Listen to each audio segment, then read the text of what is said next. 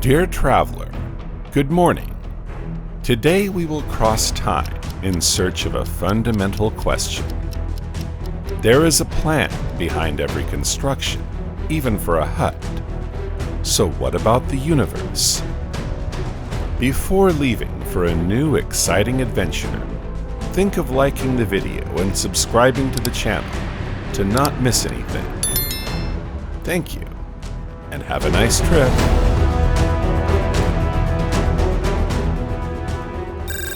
First ages of the universe. 13.8 billion years ago, all the matter of the universe was born. In only 3 minutes. But let's take a closer look at these first 3 minutes, where everything started. Instant zero, the Big Bang. Everything begins 13.8 billion years ago. The universe was born at instant zero, like a point, a primordial atom, dimensionless and infinitely small, which contains all the energy of the universe. This precise moment is called the initial singularity, or Big Bang. The matter and energy of the universe, as well as the dimensions of space and time, are compressed in a state of extreme density. The temperature is high. The point does not represent a precise location in space, but is everywhere at once. Then it expands until it encompasses all space, time, and matter. Inspired by Einstein's theory of general relativity, the Big Bang model is the explanation of the origin of the universe that is unanimously accepted by the scientific community. For if it expands and cools with time, it was denser and hotter in the past. From this point, and in a burning environment, all matter organizes itself methodically through the forces of interaction. Everything goes very fast. Only a few fractions of a second separate the next steps that follow. 10 to 43 seconds, the Planck era. This brief period is characterized as the Great Unification. The universe has a size of 10 to 33 centimeters, an indivisible size. This is the smallest possible unit in distance between 2 points. In comparison, a single hydrogen atom is 10 million billion times larger. During this brief epoch of the universe, the temperature is 1032 degrees, and its density is 1094 times that of water.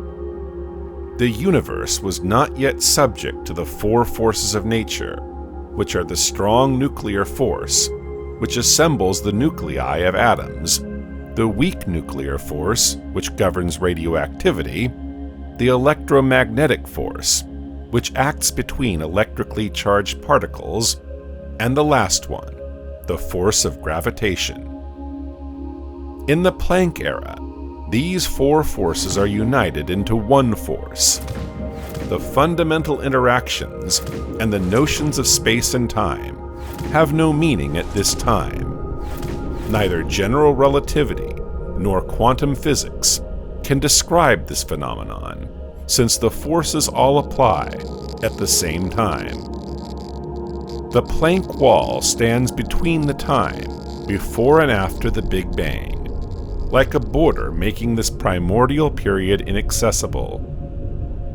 At the end of this era, gravity is freed from the quantum blur, and the universe officially takes its primitive momentum.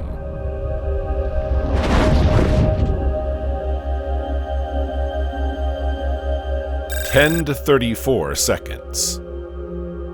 Just after the Planck era, the temperature drops to 1028 degrees. The suddenly released energy of the quantum vacuum causes the universe to expand rapidly. All distances increase in a tiny fraction of a second, its volume increases by a factor of 1027, while in comparison, the expansion that will follow during 13.8 billion years is 109. Subjected to such inflation, a tiny area of the primordial universe takes a considerable size.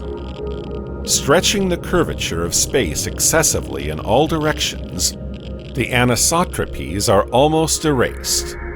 The quantum fluctuations of the tiny inflationary region take, during this expansion, a sidereal dimension, marking forever the cosmological background of their prince. This phenomenal increase does not contradict the theory of general relativity, which states that nothing can move faster than light. Space itself is moving, not the bodies. The distance between two particles increases, not because they are moving, but because of the dilation of space. The accelerating entity of the primordial universe, with a considerable density, disintegrates into particles, witnessing the end of inflation and the birth of matter. Inflation infuses a very large amount of energy into the universe. Particles and antiparticles enter the world. Among them, the components of the so-called dark matter, the most abundant in the universe, which serves as an indispensable binder for the formation of large structures.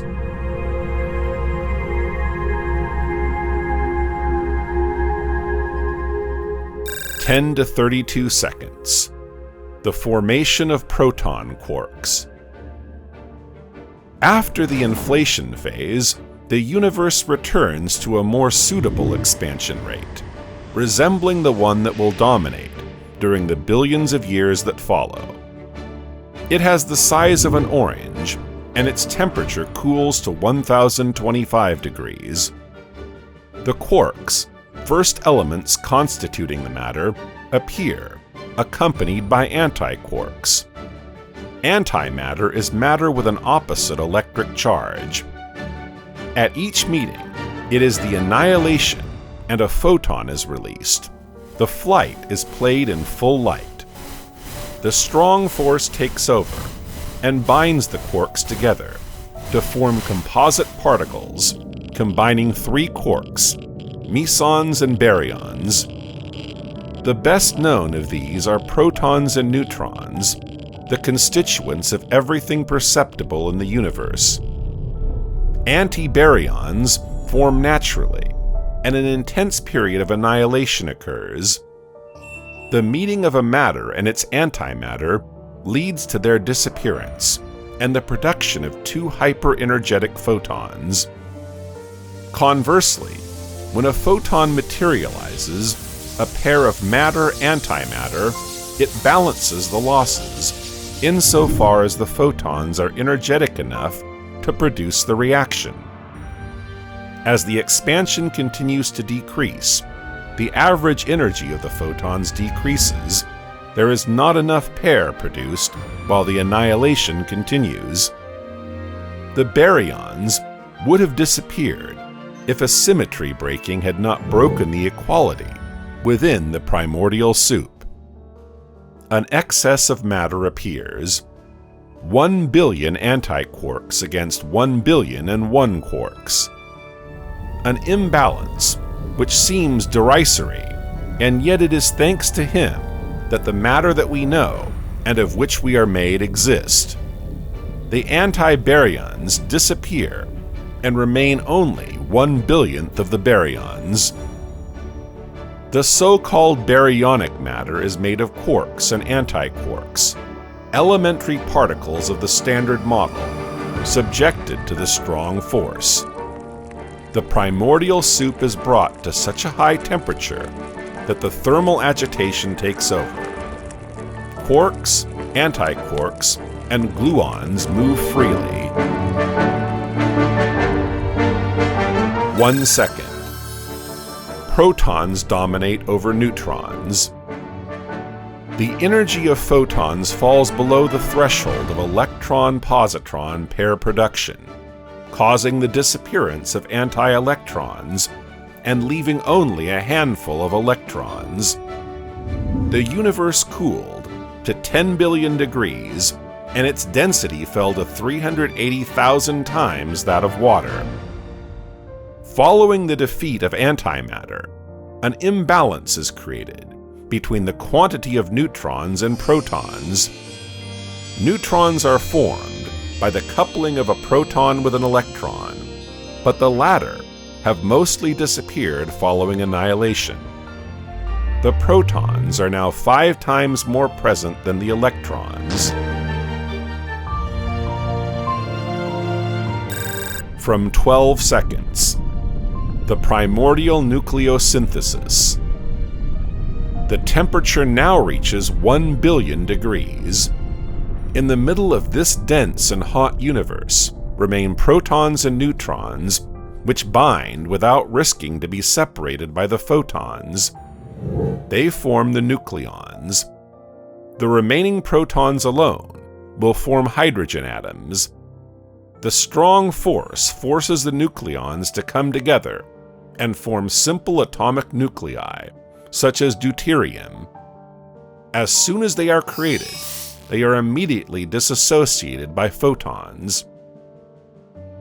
But from 12 seconds, with the phenomenon of expansion, the energy of photons becomes lower than the binding energy of deuterium to such an extent that the newly formed nuclei resist.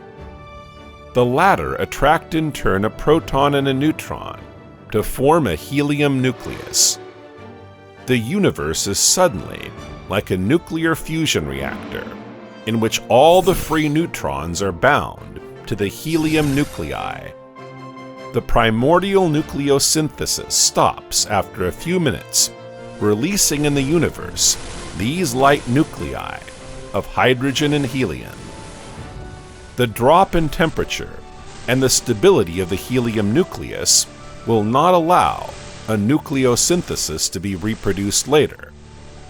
The universe is more diluted and will continue to cool. 30 minutes after the instant zero, the universe displays a temperature of 300 million degrees. Its density is almost zero.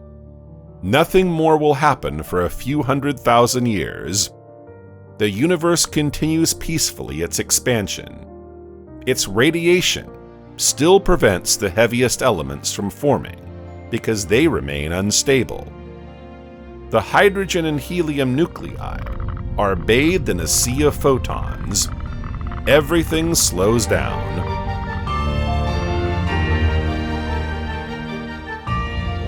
380,000 years later, the temperature reaches 3,000 degrees, and new bonds take place. It is the recombination. The electrons are attracted by the nuclei, thanks to the electromagnetic force that acts between electrically charged particles. Until now, their bonds were systematically destroyed by photons energetic enough. They will now stabilize. The photons do not have enough energy to break them. The electrons and nuclei bind permanently. The hydrogen nuclei, containing a proton, attract an electron. Helium nuclei containing 2 protons attract 2 electrons. The neutrons having no electric charge do not intervene in the electromagnetic bond. The universe becomes less dense. The photons are released, fly on both sides of space, and radiate light. The universe becomes transparent. This first sudden emission of light is called the cosmic microwave background. It is a great step in the history of the universe. It was until then in the dark, opaque to photons, is suddenly illuminated. The first atoms are born by linking nuclei and electrons. The main ones are the hydrogen atom, formed from an electron and a hydrogen nucleus, and the helium atom, formed from 2 electrons and a helium nucleus. The glow of the cosmic microwave background has been propagating to us since that time.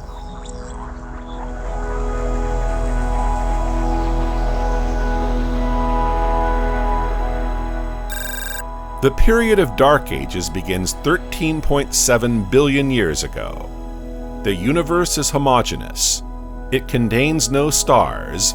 The only light is that of the fossil radiation. It continues its expansion. Gigantic masses of matter are gradually moving away from each other, and from the clouds of hydrogen and atoms that are grouped together under the effect of gravity. Over hundreds of millions of years, increasingly dense clouds are formed, slowing down the expansion phenomenon. These clouds with immeasurable dimensions are called protogalaxies. They present inhomogeneities, resulting in areas where the matter will strongly condense until the birth of stars. The hydrogen atoms rub against each other and raise the temperature. This is the phenomenon of accretion. By dint of being in contact, the atoms lose their electron and become nuclei again. The gravitational force is then confronted with the electromagnetic force. The hydrogen nuclei, which are positively charged protons, by losing their negatively charged electrons, are no longer electrically neutral. The laws of electromagnetism specify that charges of the same sign reject each other. Begins a duel between the gravitational force that brings the nuclei closer and the electromagnetic force that repels them. The gravity persists, which makes the temperature increase to almost 10 million degrees. The electromagnetic force bends, beaten in this duel. It is the collapse. The protons come into contact and fuse into deuterium nuclei, and then into helium nuclei, in the same way as during the primordial nucleosynthesis. The end of the Dark Ages is marked by the ignition of the first stars. Stars are revealed in flashes of light throughout the universe. A first generation of stars, known as population 3, radiates. These stars, formed from a medium deprived of elements heavier than helium, have masses equivalent to several hundred solar masses. These very luminous stars evolve rapidly and have a short lifespan of less than 1 million years. The temperature at their surface reaches up to 100,000 degrees. The photons that these stars emit are very energetic and strongly ionize the surrounding gas of hydrogen and helium. Their short passage in the universe allows the synthesis of heavier elements such as lithium, which will be used in the formation of future generations of stars. One of the stars from the first generation reaches its evolution and causes a gamma ray burst, causing an explosion of light in the entire universe. The existing atoms are ionized by the intense radiation of the very first generation of population 3 stars.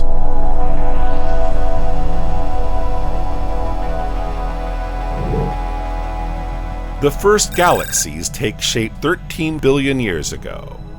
While stars are born everywhere, the hydrogen clouds are organized. Gas and stars are rotating on themselves. Spirals shining with billions of lights and ellipses of stars and gas take shape and populate the universe. Galaxies are born, like islands of matter, bathed in the intergalactic void. The matter of galaxies is in rotation around a black hole. Held together around this center by gravity, it escapes the expansion of the universe. There are 2 types of galaxies. Spiral galaxies, and the most numerous, have a central bulb from which their spiral arms start, and the so-called elliptical galaxies, which have a spherical shape.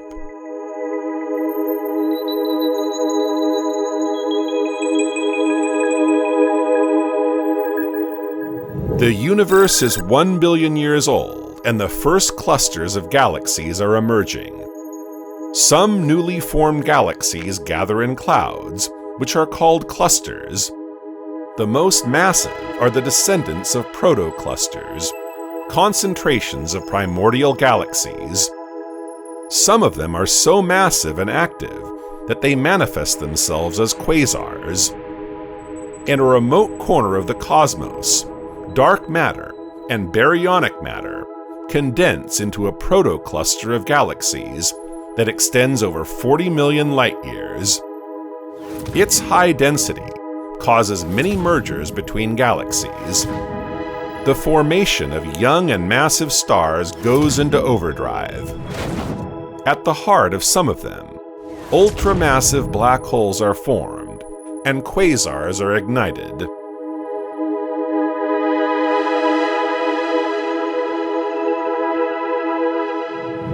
Proto-galaxy mergers occur during the embryonic phases of the future Milky Way. Outbursts of star formation occur, from which emerge clusters of hundreds of thousands of stars, one of which is called Messier 13. It occurs after many successive mergers of protogalaxies of increasing mass. As soon as two of them come into contact, there is an outbreak of star formation, producing a huge cluster containing hundreds of thousands of stars.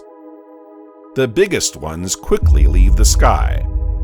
The most numerous, less massive than the Sun, can shine for tens of billions of years. If the star cluster resists dispersion, it can be seen in 12 billion years as a globular cluster. Messier 13 gathers nearly 1 million stars in a sphere of less than 150 light-years in radius. Its stellar density at its center is much higher than in the present solar neighborhood.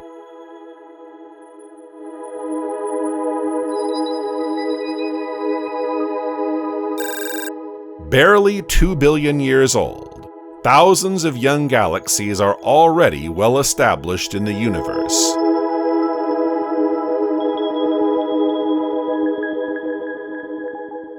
The aspect of the universe has not changed since the 3 billion years that have passed, but the galaxies that compose it are continuously evolving.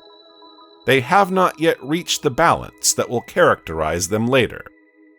Star formation is in full swing, encouraged by frequent collisions between galaxies.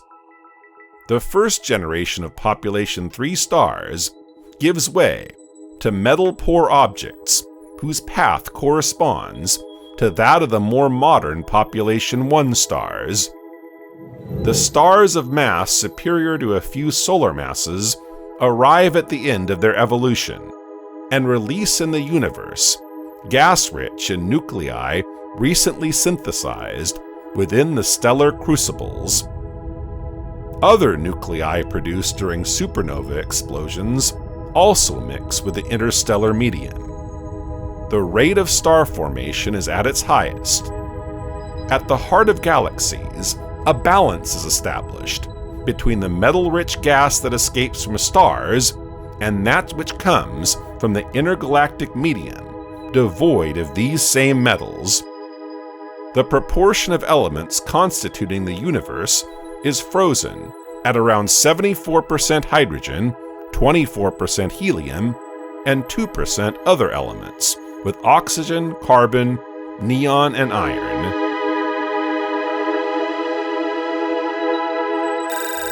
The Milky Way originates from the meeting of protogalaxies.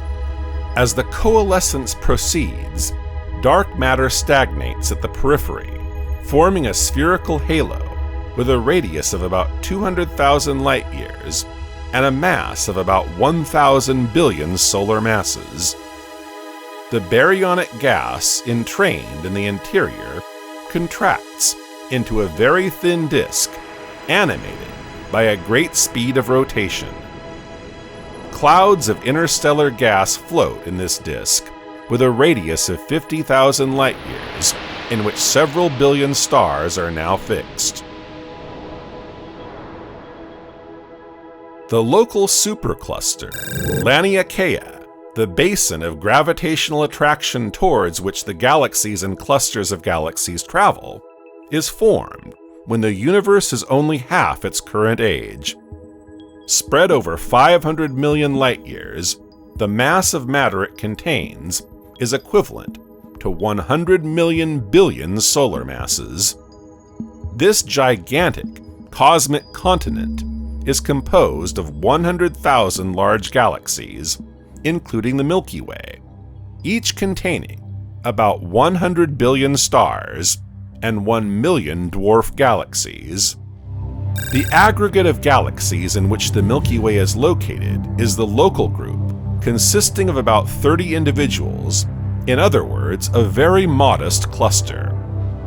Among them, in addition to our future galaxy, 2 other rather massive galaxies. Being at relatively close distances from each other, they eventually get closer until they mix and form a single galaxy. 5.2 billion years ago, the Great Andromeda Nebula, or M31, takes shape. As a result of this merger, a gigantic trail of stars appears under the effect of tidal forces. Some of these stars head towards the large galaxy, but others escape and form 2 dwarf galaxies, the Large Magellanic Cloud and the Small Magellanic Cloud. With such speed, they soon find themselves in the close vicinity of the Milky Way.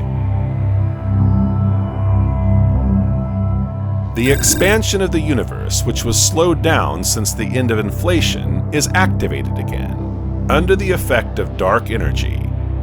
This mysterious dark matter that fills the void of the universe behaves as a repulsive gravitational force, which makes it able to reverse the slowdown of the expansion.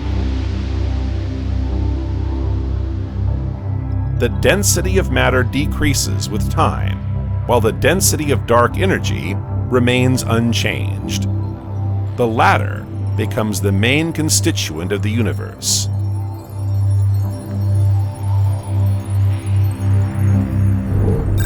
The formation of the solar system. The birth of the star of our solar system, the Sun, occurs 4.57 billion years ago. Dark energy is the main constituent of the universe. The local supercluster counts more than 10,000 celestial objects. At its periphery is the local group, consisting of about 30 galaxies, of which the Milky Way is the most prominent. Its dark matter halo has given it a thin disk of stars and gas, generally very cold and quite diluted, since it contains only a few tens of billions of atoms per cubic centimeter, compared to billions in our atmosphere. One of these interstellar clouds floats 27,000 light-years from the center of the Milky Way. It is composed mainly of hydrogen, with a few hints of helium and other heavy elements from a supernova. Suddenly, a fragment of this nebula collapses on itself under the effect of gravitational attraction. The atoms accelerate and migrate towards the center, which becomes hotter and denser. The cloud adopts a spherical shape, and the gas heats up to radiate energy. The Sun in the making is for the moment in the form of a protostar. In order to shine like a star in this excessively cold environment, reaching minus 270 degrees Celsius, or minus 454 degrees Fahrenheit, it must produce enough energy. The gas cloud contracts until it reaches 10 million degrees Celsius, or 18 million degrees Fahrenheit at its center. The fusion of hydrogen nuclei starts. The strong interaction dominates over the electric repulsion. The 2 hydrogen atoms combine to give a helium atom and thus release energy. Up to 4 million tons of hydrogen burn by fusion every second, and the energy produced in this furnace at 15 million degrees Celsius, or 27 million degrees Fahrenheit, must be released. Photons, produced in the center of the sun, take on this task, and will take 500,000 years to reach the surface. From the burning core, they cross a radiative zone, colder and denser, at 2 million degrees Celsius, or 3.6 million degrees Fahrenheit. Then, a convective zone, where the hot matter dissipates towards the colder exterior. At the end of this journey, the matter cools down and goes back down to the bottom. Before its final contraction, the future sun is surrounded by a disk of gas and dust that fragments into a myriad of small bodies. Some of them agglomerate into larger structures. A few 10 million years later, the planets begin their formation. Some of the material, rotating too fast to join the sun in the course of formation, flatten into a disk made up mainly of hydrogen and helium, strewn with tiny aggregates of substance in the solid state. These grains stick to each other, and as soon as they form blocks of more than 1 meter, gravity comes into play and constitutes bodies of more than 1 kilometer. The most massive of them absorb all that is in the zone of influence. This process leads to planetary embryos. The further away they are from the sun, the greater their mass. The line of the ice defines the border beyond which the simple molecules condense and take a solid form of ice. Below this line, the molecules are in the form of gas, because the temperature of the young sun prevents the formation of ice. Past this line, the planetary embryos formed are massive enough and attract gas from the disk until they are surrounded by hydrogen and helium. When the mass of this envelope reaches 100 times that of the Earth, it collapses into a gas giant planet. Jupiter and Saturn appear. In the case where the envelope is less heavy, it disperses, leaving a core of rocks and ice of a mass of about 15 Earth masses, surrounded by a little hydrogen and helium. Uranus and Neptune appear. Below the line of the ices, the medium is emptied little by little of its gas, and the planetary embryos disturb each other on orbits which lengthen to the point of being able to collide. Violent collisions occur. Only 4 survive this shock flight, the 4 telluric planets: Mercury, Venus, Earth, and Mars. Thousands of years later, in the most favorable site for planetary formation, beyond the line of ice, Jupiter thickens. It reaches alone 300 terrestrial masses, that is to say, more than all the other planets of the solar system joined together. By interaction with gas residues during its formation, Jupiter moves towards the interior of the disk surrounding the Sun. The situations of orbital resonance proliferate between the planet and the objects which evolve between Mars and itself. So much so that planetesimals, small bodies that could grow to form a planet, break up during collisions. Between Mars and Jupiter, the formation of planetary embryos is then compromised. No planet will be formed. The planetesimals now make up the asteroid belt. This belt is home to several 100,000 objects, ranging from the size of a speck of dust to a planetoid of 500 kilometers in diameter, or more than 310 miles in diameter. A little over 4.5 billion years ago, the newly formed Earth is quietly thriving in its orbital zone, which it has properly cleared of any celestial objects.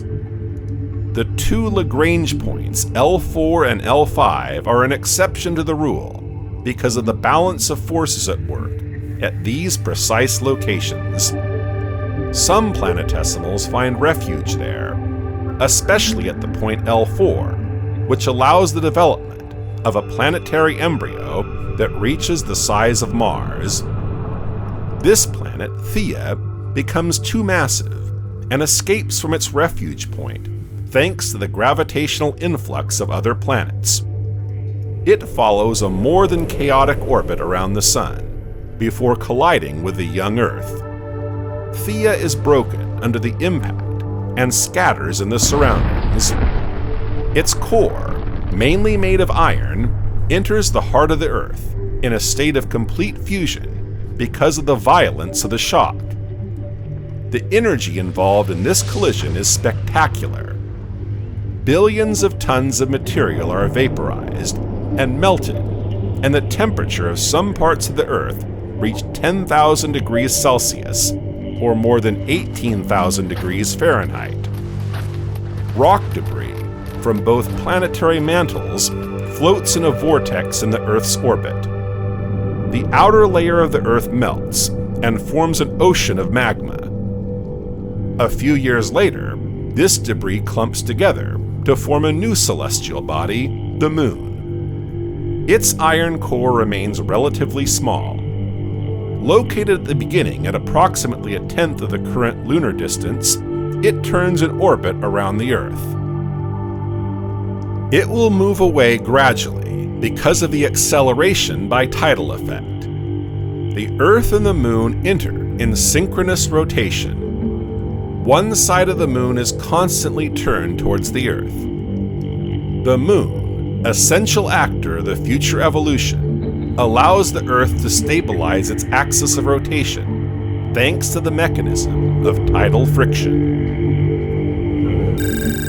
4.5 billion years ago, the giant planets are haloed by a disk of gas and dust in the heart of which are shaped their satellites. The gas present drives the satellites in a gentle migration towards the planet under the effect of the gravitational interaction. One of Saturn's satellites, about 5,000 kilometers or 3,100 miles in diameter, and consisting of a rocky core covered by a large mantle of water ice, is slowly moving toward the gas giant.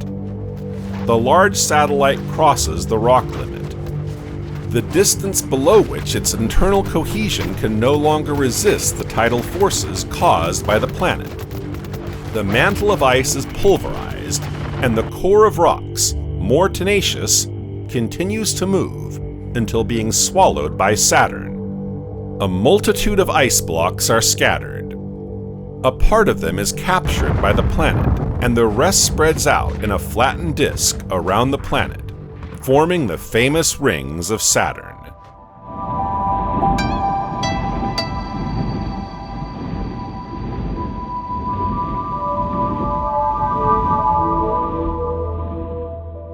After a few thousand years, the Oort cloud appears. The giant planets are formed. Their cloud of gas and dust disperses gradually. The solar system is imputed with a disk of planetesimals, made up of small bodies which remained outside the phase of planetary formation. By gravitational interaction with the giant planets, some planetesimals are expelled outside the solar system. Under the gravitational influence of stars, planetesimals see their orbits circularize around the Sun, forming a sphere of small bodies. This entity, known as the Oort cloud, measures 50,000 astronomical units in radius. It is composed of more than 1,000 billion cometary nuclei, a genuine reserve of comets in the making.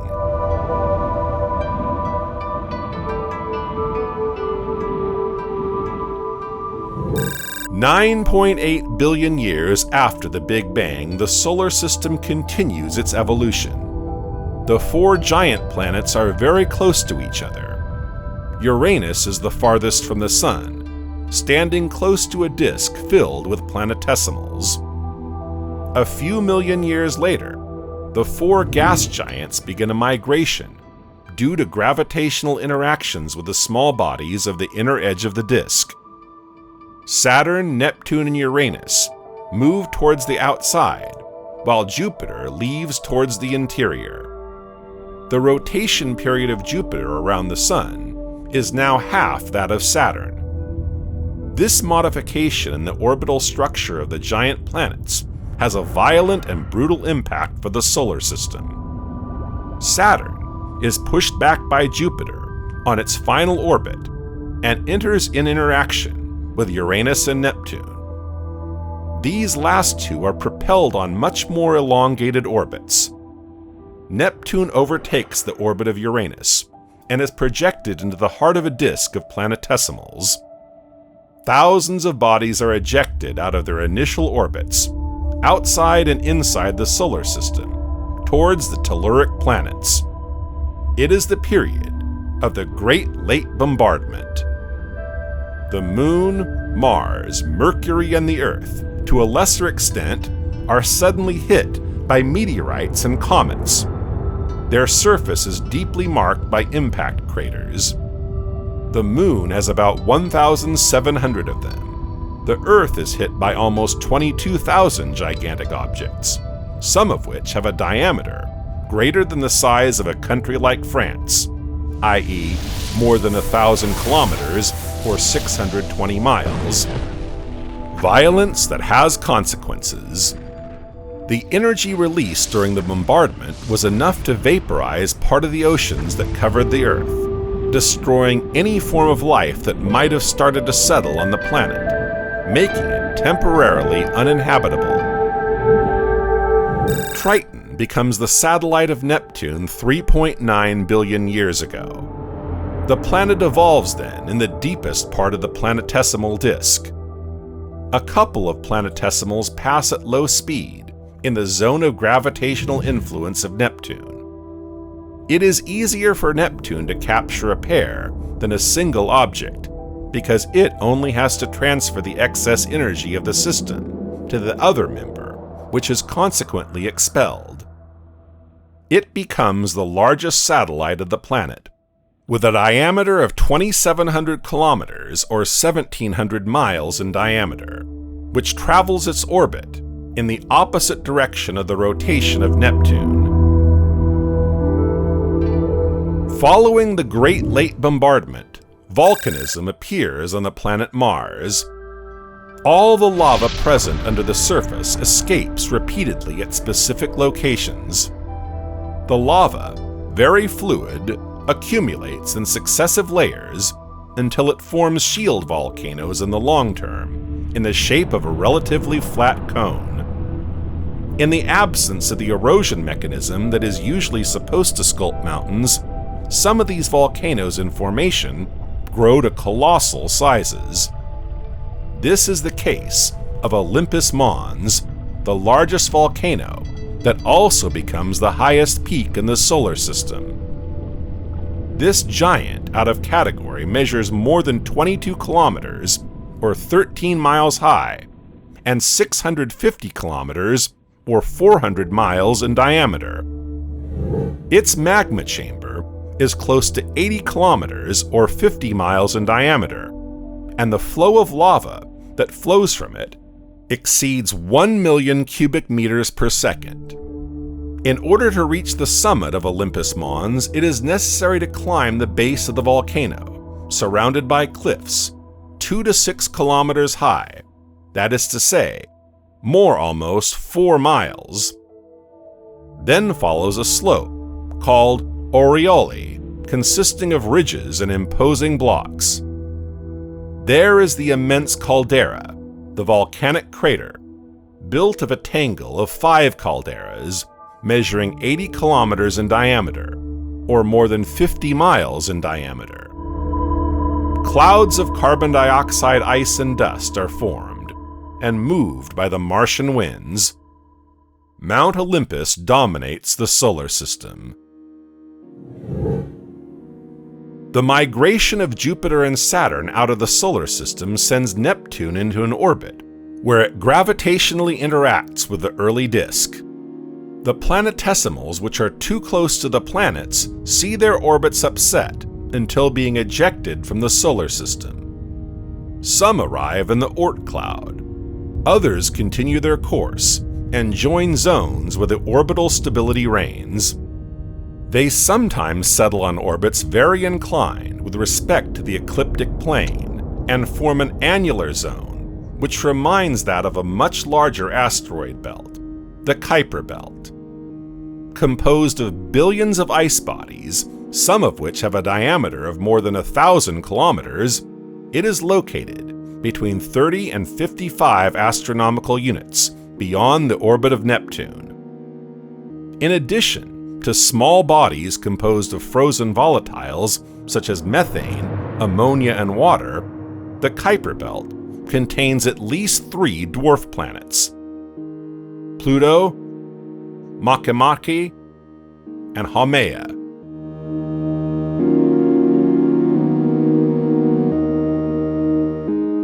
The first forms of life developed 3.5 billion years ago. The appearance of major volcanic phenomena bring up the water contained in the deepest layers of the Earth in the form of steam and gives the planet a thick cloud. The torrential rains caused by all this water vapor that saturates the Earth's atmosphere from the first oceans. Another part of the water comes from the Great Bombardment, when a multitude of small icy bodies fell from space. The environment is now conducive to the appearance of the first cells and bacteria that populate wetlands. Cyanobacteria, or blue-green algae, swarm in the extreme limits of the tides. They fix the CO2 present in the atmosphere and build stromatolites. The Earth's atmosphere is originally made up of a little nitrogen and mostly of carbon dioxide, a chemical compound combining 1 carbon atom and 2 oxygen atoms. Thanks to sunlight, the CO2 breaks down, and cyanobacteria release increasing amounts of oxygen while fixing carbon. The newly produced oxygen combines with minerals in the Earth's crust, such as iron. The composition of the atmosphere thus remains the same. After a while, all the minerals are oxidized and oxygen spreads in the atmosphere. It attacks the methane, which disappears in barely 100,000 years, causing the greenhouse effect to fall. Temperatures drop, and a thick layer of ice forms on the surface of the Earth. This is the period of the Huronian glaciation, which will last a few 100 million years and will cause the loss of most living species. 500,000 million years ago, somewhere in the Milky Way, a stream of young stars fell in love with an interstellar cloud and left a number of stars that remained linked by their mutual gravity in the form of an open cluster. This group of stars moving in the same direction find themselves 5 million years later at less than 500 million light-years from the Sun. Disturbed by its galactic environment, the group of stars scatters until its 7 brightest stars take the shape of a large pan. The Big Dipper asterism is formed. M31, the galaxy of Andromeda, is approached by a much smaller galaxy whose mass is only 1/10 of his. A head-on collision occurs a few thousand light-years from the center of M31. 2 ring density waves propagate outside the disk, disrupting the organization of its spiral arms, which are interlaced by an eccentric ring. The regions of the center of M31 are strongly disturbed. The central bar is weakened, and the internal density wave, propagating less quickly, ends up drawing an ellipse. During the shock, M32 loses half of its stars half of its dark matter, and all of its gas. Its bulge survives as a dwarf galaxy named M32. More than 200 million years ago, the four landmasses present, 570 million years old, are grouped into one, Pangaea, which means all lands. Formed by the collision of the two supercontinents, Proto-Gondwana and Laurussia, the relief of Pangaea is outlined with imposing mountain ranges. It is largely surrounded by the Panthalassa Ocean and also shelters the Tethys Ocean at the east, in the hollow of the crescent it forms. The formation of Pangaea has significant consequences on life. The length of the coasts and the surface area of the coastal waters are transformed, and an important part of the marine species does not survive. The lands in the center of Pangaea are far from the sea and experience much less rainfall. Gigantic deserts appear. 50 million years after its formation, Pangaea is cut in two because of a series of fractures. A deep fissure begins to dig and to fill with water. Then are added immense flows of lava from the magma that rises along the fractures. The Atlantic Ocean begins its formation. A first celestial body evolves at a little more than 2 astronomical units of the Sun on the internal edge of the asteroid belt.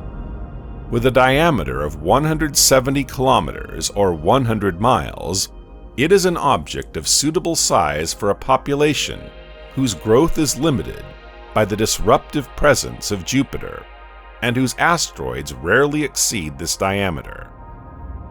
At the same time, a second celestial body, measuring 60 kilometers, or almost 40 miles in diameter, is moving in an orbit quite similar to the first.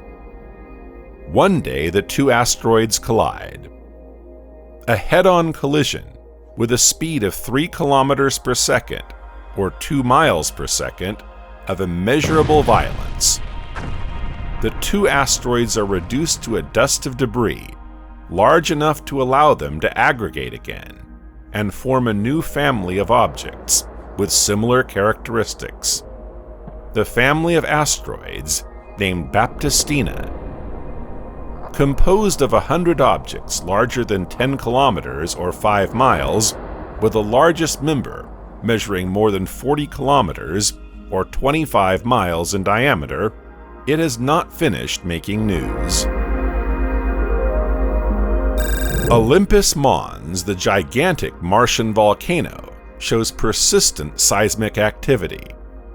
140 million years ago, it is at its summit, located at more than 22,000 meters, or 72,000 feet, above the surrounding plains, that the activity is the most intense. The ceiling of the chamber, when emptied of its magma, can no longer support the core of the edifice. A collapse follows, forming in the center of the volcano a huge cylindrical depression, the caldera, proof of the powerful eruptive activity that occurs.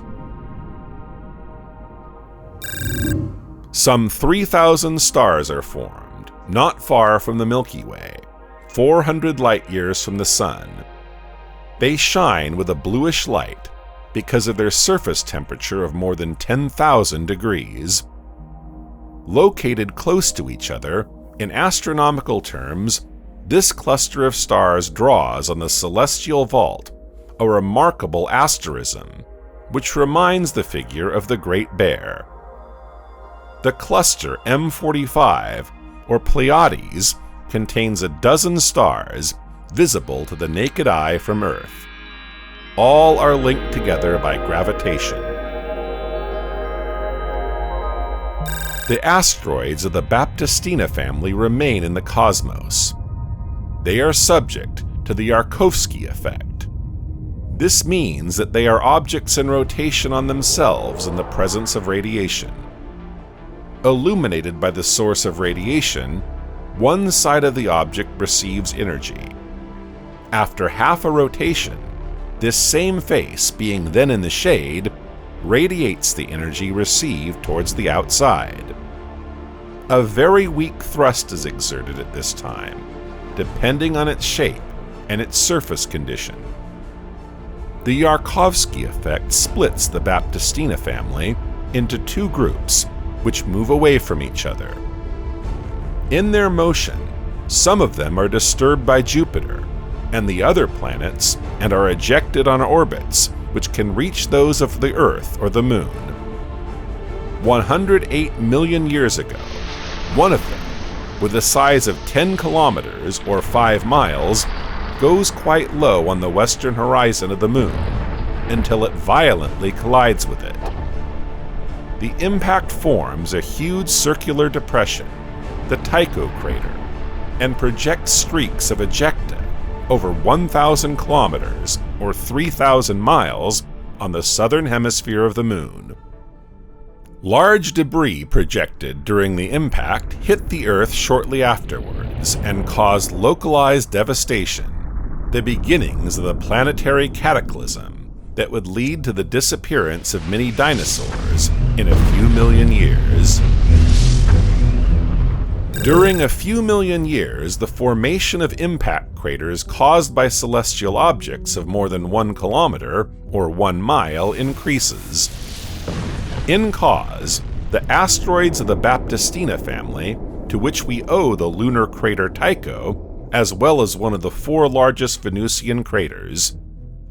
The Earth also bears the traces of impacts caused by this family, but what awaits it is not comparable. 65 million years ago, one of the asteroids of the Baptistina family, measuring 10 kilometers or 5 miles in diameter, struck and irreparably damaged the Earth.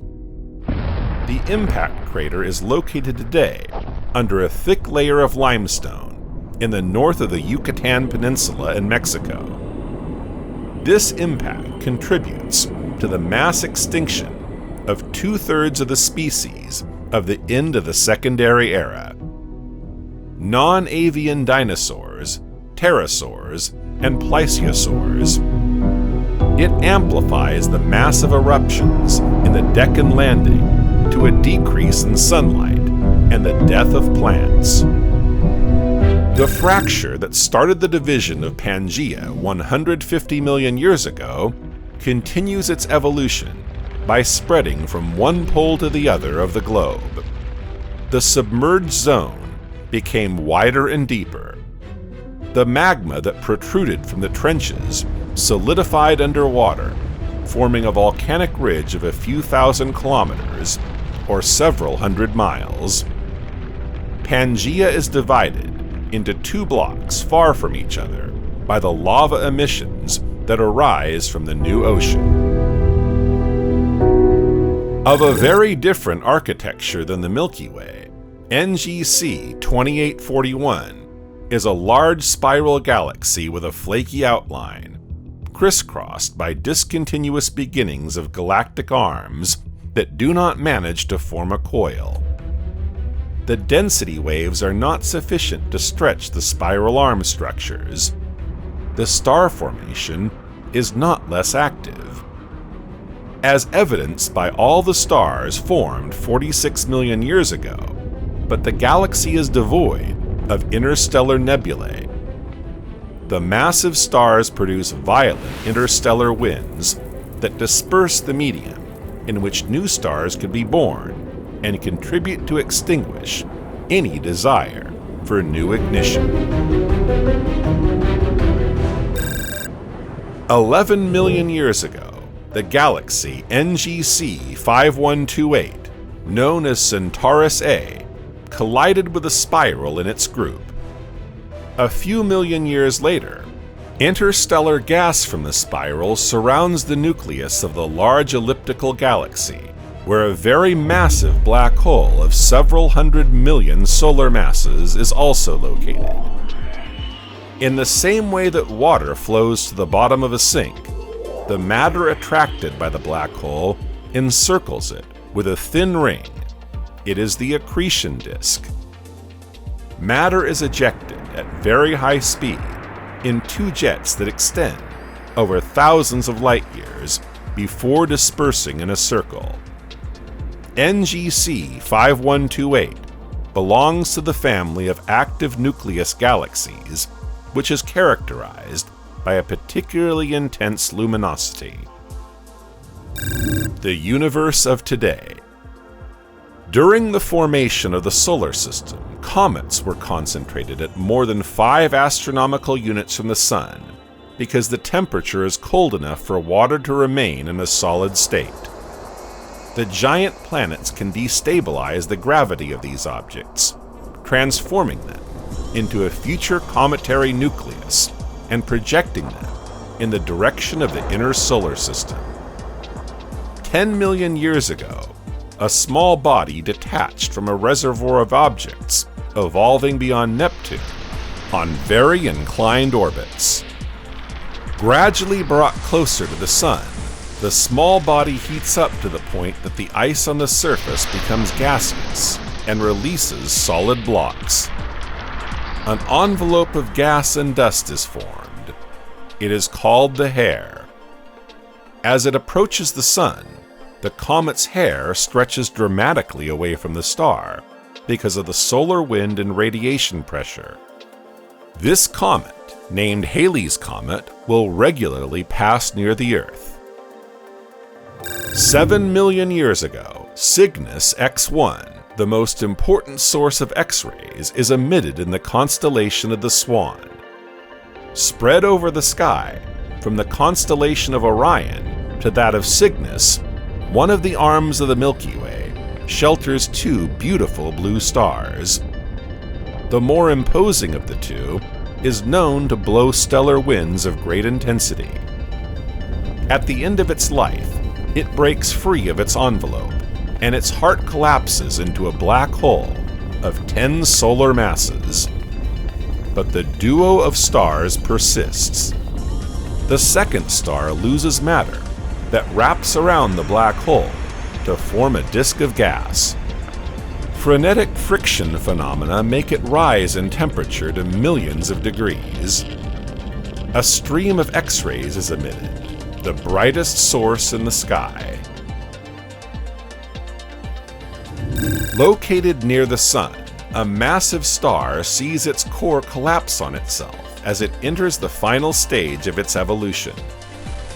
The mantle of the star is violently expelled, and the core receives in return a strong impulse, projecting it at high speed in the local galactic environment. The stellar remnant dances in fast rotation and emits an intense magnetic field such that it moves in pulsar. It releases energetic electrons into the interstellar gas, which form a sheet around it, the seat of the X-ray emission. This pulsar takes, in the sky, the form of 2 luminous trails, escaping from a central source even more luminous. The star Sandulik is a blue supergiant located in the Large Magellanic Cloud. It is 20 times more massive than the Sun. Some 160,000 years ago, the heart of this star collapses. The phenomenon forms a huge clot of neutrons stabilized at a density level higher than that of an atomic nucleus. This ultra-dense body immediately relaxes, creating an extraordinary shock wave, leading to the sudden expansion of the rest of the star. Nuclear reactions start in the deep layers and generate masses of radioactive elements. The envelope shines with a breathtaking brilliance, 1 billion times the solar luminosity, while it is subjected to a high temperature. Its radiation fades with time. A large star cluster is in place in the Milky Way, in the direction of Sagittarius.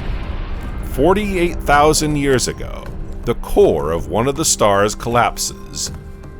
The neutron star, or magnetar, thus formed, begins a rotation so strong and so intense that it generates considerable tensions in the crust of the star. The latter cracks and releases a brutal discharge of magnetic energy, a dense cloud of electron-positron pairs, and a burst of gamma rays. This will not be without consequences in the future. The Pleistocene epoch is coming to an end. A large block of zinc and iron is heading for Earth. Fragment of a planet's core in formation broken during a collision, its metallic composition allows it to resist the aerodynamic inconveniences imposed by the Earth's atmosphere. Approaching its destination at about 14 kilometers of altitude, through increasingly dense layers, the meteorite finally breaks up. A main block, representing half of the initial mass of the object, hits the ground at 12 kilometers per second and releases a colossal energy. A crater forms in a bowl, more than 1 kilometer in diameter. The energy released is of the order of a thermonuclear explosion, hundreds of times greater than the Hiroshima bomb. The grassy plain in which mammoths and giant sloths lived is totally annihilated, as well as all forms of life present within a radius of several kilometers or half. Eta de la Carena is one of the most massive stars in the Milky Way, 100 times more massive and 5 million times brighter than our Sun. Spinning on itself at a speed close to the limit that would dismember it under the effect of centrifugal forces, the star adopts a flattened shape. Its poles undergo a very strong radiation pressure, and its polar layers swell until they erupt. Eta de la Carena illuminates from now on the celestial vault because of the superheated gases which escape from its poles. It becomes the second brightest star in the sky. A star at the end of its evolution sees its heart collapse at 6,000 light-years in the direction of the constellation of Taurus. The body, composed mainly of neutrons, is comparable to an atomic nucleus. The relaxation of this star, named SN 1054, causes the ejection of matter that spreads in the interstellar medium by constituting a filamentous structure vaguely representing the features of a crab, which will earn it its name of Crab Nebula. The remnant of the explosion of SN 1054, a pulsar, is nestled within the Crab Nebula, like a large magnet in very rapid rotation. It produces a radiation that sweeps the surrounding cosmos by ejecting 2 jets of energetic particles in the same way that a lighthouse illuminates the ocean. Located between the 2 major arms of the Milky Way, a large nebula combining an interstellar cloud and a cluster of stars takes shape at 5,000 light-years from the Sun. It is the Lagoon Nebula. A new generation of stars dislocates and sculpts the fragments of the cloud. The stars, brought to very high temperature, release waves of ultraviolet rays that disassociate atoms and molecules. The massive stars blow vigorous stellar winds and sweep the solar system. The large primordial cloud slowly dissociates and sees the birth of new generations of stars. The light emitted by the supernova that left its footprints in the Crab Nebula reached the Earth in the year 1054. The Great Red Spot of Jupiter is discovered in 1665. It is an anticyclonic structure which took shape in the Jovian atmosphere. Nearly 15,000 kilometers or 9,000 miles long and 12,000 kilometers or 7,000 miles wide, It is larger than the planet Earth. Winds blow at about 700 kilometers per hour, or more than 430 miles per hour, and massive clouds of 160 kilometers, or 100 miles, prevail in this reddish setting. In 1859, a solar flare was observed for the first time from Earth. This primordial event of the activity of the Sun occurs on the surface of the photosphere and projects through the chromosphere jets of matter at high speed, containing all the particles it contains. Solar flares are caused by an accumulation of magnetic energy in areas of intense magnetic fields. From the Earth, a very bright spot appears on the surface of the Sun and persists for 5 minutes. A few hours later, polar auroras and disturbances on telegraph networks appear. A storm occurs on Saturn in 1876, forming great white spots on its surface. The storm results from the ascent of humid air by the latent heat. The water vapor is cooled and condensed to form cumulus clouds that can reach 44 kilometers, or almost 30 miles. They can last several months and are accompanied by lightning up to 10,000 times more intense than the lightning of terrestrial storms. A body with a composition close to that of a cometary nucleus forms beyond the ice line of the solar system. Its composition of water ice and dust makes it unstable as soon as it penetrates the upper layers of the atmosphere. It is then disintegrated, and one of its fragments falls on Earth above a river of central Siberia. On June 30th, 1908, around 7 o'clock in the morning, an explosion releasing an energy equivalent to that of 1,000 Hiroshima bombs occurred. An object measuring 50 meters or 165 feet in diameter eradicated all forms of life within a radius of 50 kilometers, that is to say, more than 30 miles. An exceptional planetary alignment rises in the sky. The Sun, the Moon, and the Earth aligned with 5 other planets: Mercury, Venus, Mars, Saturn, and Jupiter. On that morning of May 5th, 2000, the Sun was totally eclipsed behind the Moon. The Sun, in turn, eclipsed all the other planets. For such an event to occur, all the planets must rise at the same time as the Sun and the Moon, but the alignment of this day is not perfect and implies positional deviations. The Sagittarius magnetar, formed more than 47,000 years ago, emits in 2004 a third gamma-ray flare. For the first time, the emitted puff reaches the Earth. Although it came from a star 50,000 light-years away, it caused harmful effects in the atmosphere up to 20 kilometers or 12 miles from the ground. The temporary expansion induced causes a disturbance of the detection instruments of satellites and terrestrial telescopes. Asteroid disintegration phenomena are frequent in space, since it is not uncommon for them to collide with other objects in the cosmos, as evidenced by the surface of the Moon, largely impacted by fragments of these decomposed bodies. In 2013, it is a rarer phenomenon that is observed, namely the disintegration of the asteroid P2013-R3 in a totally spontaneous and unexpected way.